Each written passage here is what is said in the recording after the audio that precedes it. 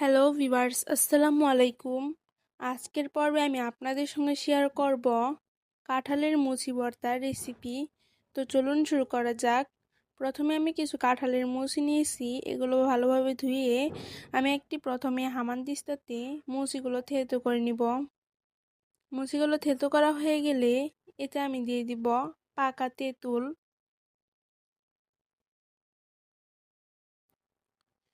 তেঁতুলগুলো দিয়ে এখন দিয়ে দিব কাঁচা মরিচ, দিয়ে দিব স্বাদ মতো লবণ।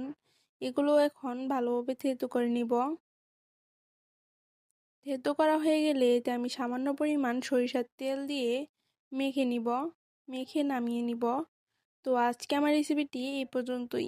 আপনারা সব ভালো থাকবেন এবং আমার চ্যানেলটি সাবস্ক্রাইব করে দিবেন। আর আমার এই ভিডিওটা কেমন লাগলো অবশ্যই কমেন্ট বক্সে জানাবেন। আল্লাহ হাফেজ।